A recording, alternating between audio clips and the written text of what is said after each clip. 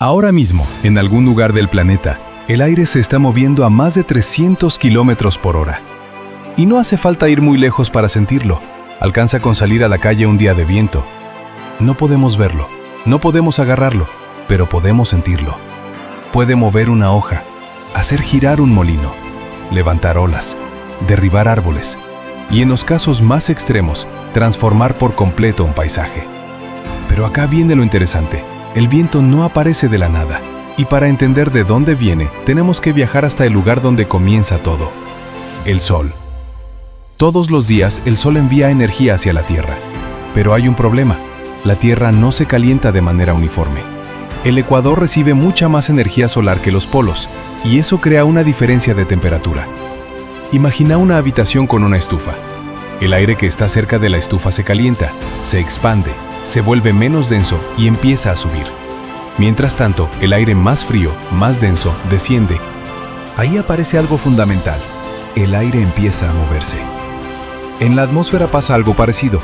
El Sol calienta distintas regiones de la Tierra de forma desigual, y esas diferencias generan diferencias de presión.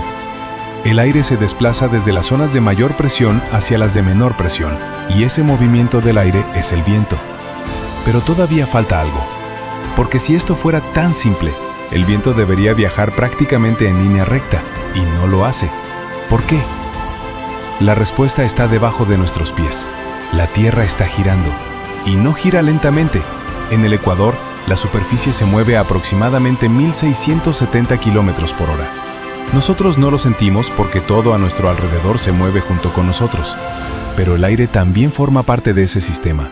Y cuando una masa de aire intenta desplazarse sobre una Tierra que está girando, su trayectoria parece desviarse.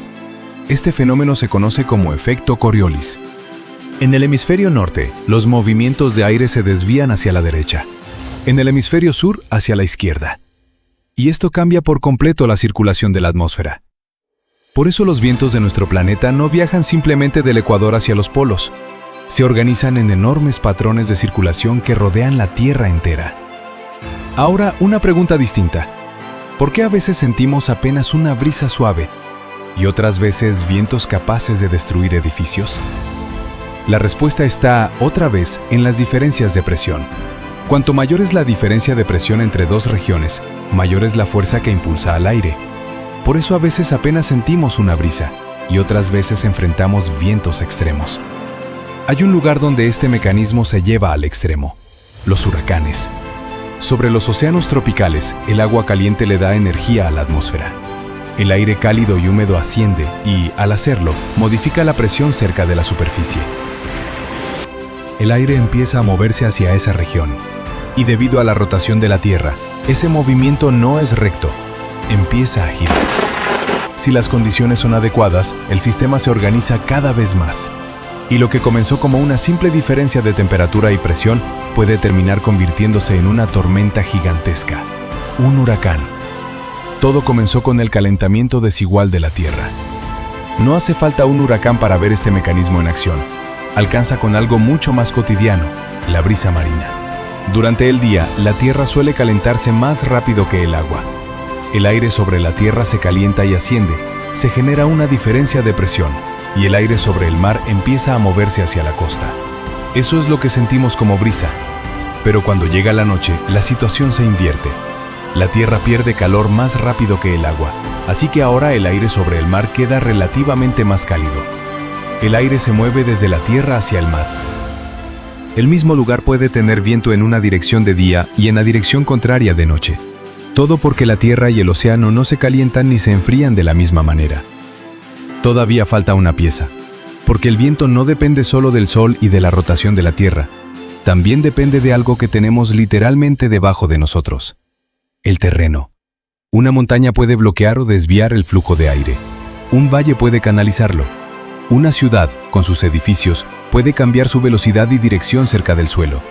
Por eso el viento que sentís en una playa puede ser completamente distinto al que sentirías en una montaña cercana, aunque estén a pocos kilómetros de distancia.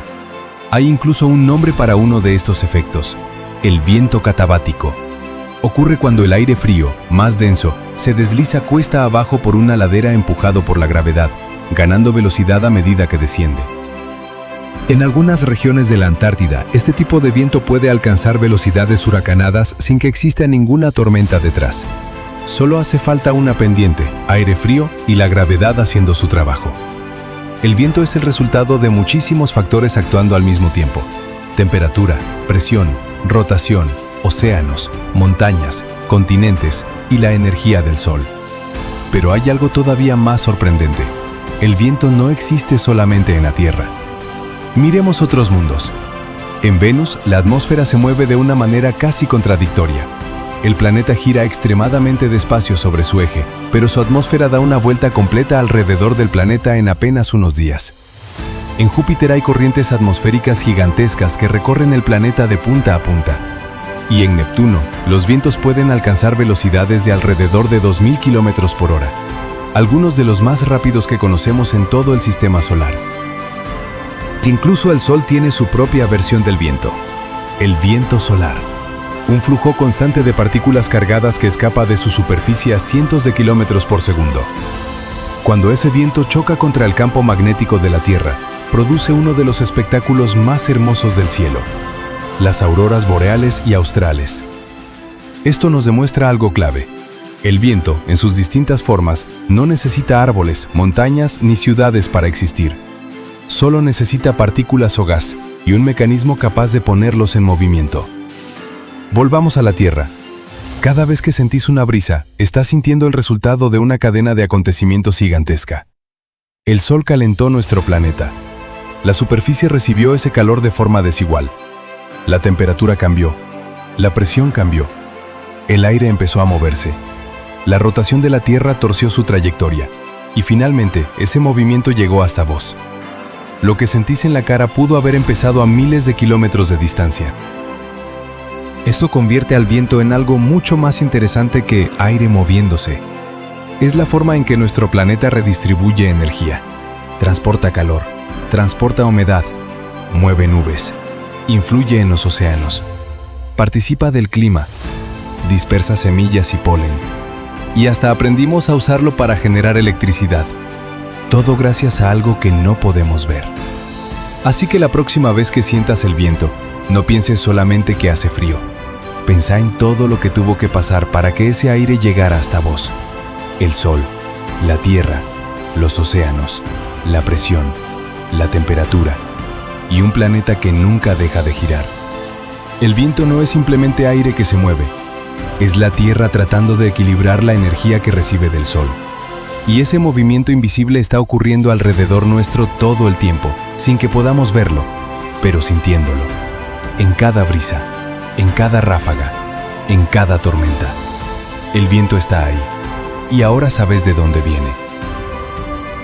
Si te gustó este video, deja tu like y suscríbete a Planeta Posible para que no te pierdas el próximo capítulo, donde vamos a viajar todavía más lejos para entender otro misterio que tenemos todos los días frente a nuestros ojos. Y contame en los comentarios, ¿qué otro fenómeno de la naturaleza te gustaría que expliquemos así? Nos vemos en el próximo video.